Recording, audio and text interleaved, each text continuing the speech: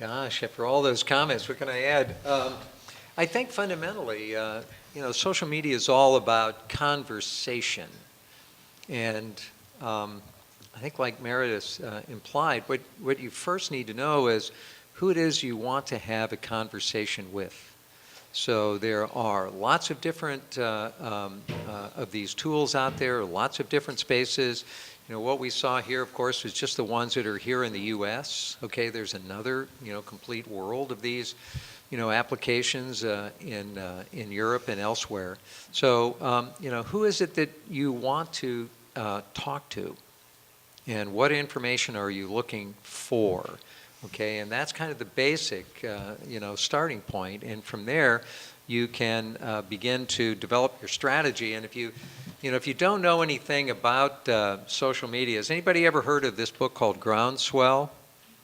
Okay, there's two books that I'd recommend that you read. Okay, that will give you a real grounding. Okay, in what's going out there in social media. One is Groundswell by Charlene Lee and Josh Bernoff, and the second one here is by Robert Scoble, Naked Conversations. And these are fast reads. You can down them, in probably a day. And I think if you start with this, okay, then you'll have a much better framework as you begin to think about what this thing called social media is. And I think Biocom was doing a survey on LinkedIn. If you join one of their groups, they were doing a survey on what the top 5 best books are. They mentioned that the Groundswell. And, if you join the groups, if you join LinkedIn, and then join some of the groups that you're interested in, the biotech groups, SoCalBio has a group, there are information issues that are traded every day that you can find out more information. You don't have to all answer this question, but if it's in your area, do you think that a clinical trial solicitation is a way to use Twitter or Facebook? Who wants to answer that? Well, let me take a crack at that. But from the prostate cancer, awareness, issue as a prostate cancer survivor, one of the things I do is I follow that space. And one of the most difficult things that I understand, companies have, the biggest challenge is finding people to go into trials, okay? And if you can develop the space, okay, and you can find that community out there, then Twitter is a very, very fast way to get this information out. And, just as an example, we developed, all right, shameless self-promotion here, we developed this iPhone app called My Bike Info. And it's our attempt to self-fund our nonprofit. And what this is a little application on an iPhone, there's an app for that, that lets a bicyclist put every shred of information that he could possibly, or she could possibly think of into their iPhone and have it handy with them all the time. And so for competitive or serious enthusiasts, this is important. But the reason I'm bringing this up is there's a young guy who's 17 years old. He lives in Colorado, Boulder. He is the world champion in 4-kilometer pursuit. And I connected with this guy because we both ride track bicycles, and there aren't many people that do this. So I sent him this. He liked it. He sent it out to his 12,500 followers on Twitter, and we tripled our sales, okay, in 12 hours, okay? So this is kind of the power of Twitter. So if you could connect into the right, people for clinical trials, I believe that Twitter could be something that would be useful.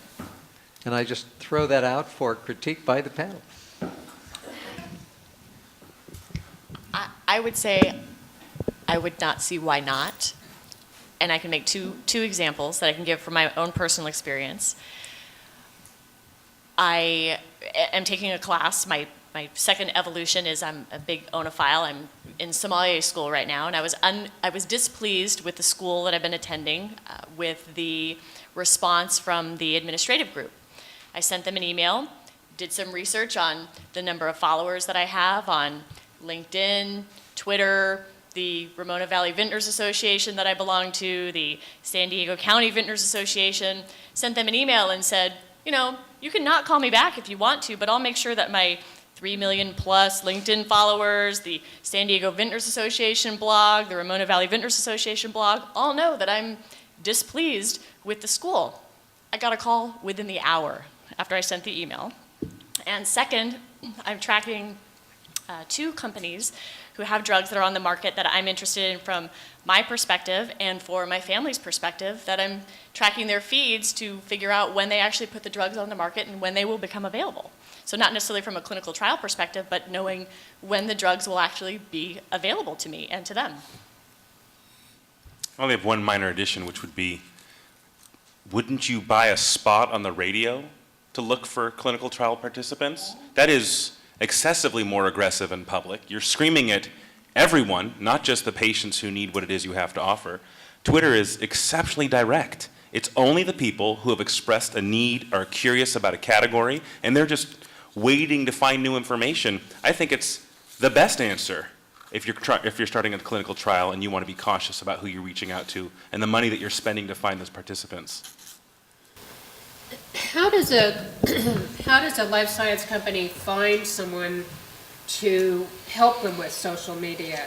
Because as you probably know, Mark, everybody now has social media tagged after their name as an expert, and there's an email that goes around every day that lists all of the social media people who claim they're experts, and it's become sort of a joke in the social media world. So what are your recommendations on how to select somebody to help you do that? I'm a little leery of anyone claiming to be a social media expert, because social media is just a tool. We don't have fax machine experts. We don't have telephone experts, right? And I think social media is very similar to the telephone or very similar to the fax machine. These are tools for communication. Really, it's the quality of the communication or the skill of the communicator that counts.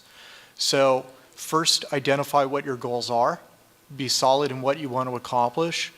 And if you're looking for somebody to consult or somebody to help point you in the right direction or even create a strategy, start with what you want to accomplish first and then work your way backwards. Can this person take you from point A to point B? And that's probably the most important thing. Be goal-oriented. Keep an eye on metrics. Are you getting benefit? Are you getting results? And I think that's the most important thing. I think there's a lot more to social media than just creating a Twitter, Facebook, throwing up some videos on YouTube. Really what it boils down to is effective communication. How do you effectively communicate with your audience? How do you discover your audience?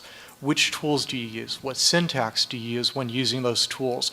What's going to get you from where you are to where you want to be the quickest? These are all very important things. Everything's about time. Social media can be very time consuming. So when you invest your time or your money into social media, you want to make sure that you're getting the most amount of bang for your buck and the best results for the time that you invest.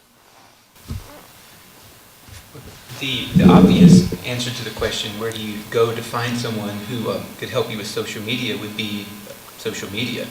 You can get referrals through social media, and you can get in. If someone is featured very prominently and has a professional appearance, that's where you're going to find them. That's where you find them doing their work. And it's the wild, wild west, as Sasha said, but there are some people who have the beginnings of a track record of proven results and can cite companies they've worked for and projects they've done. And you consider that for any kind of contract you'd sign, wouldn't you?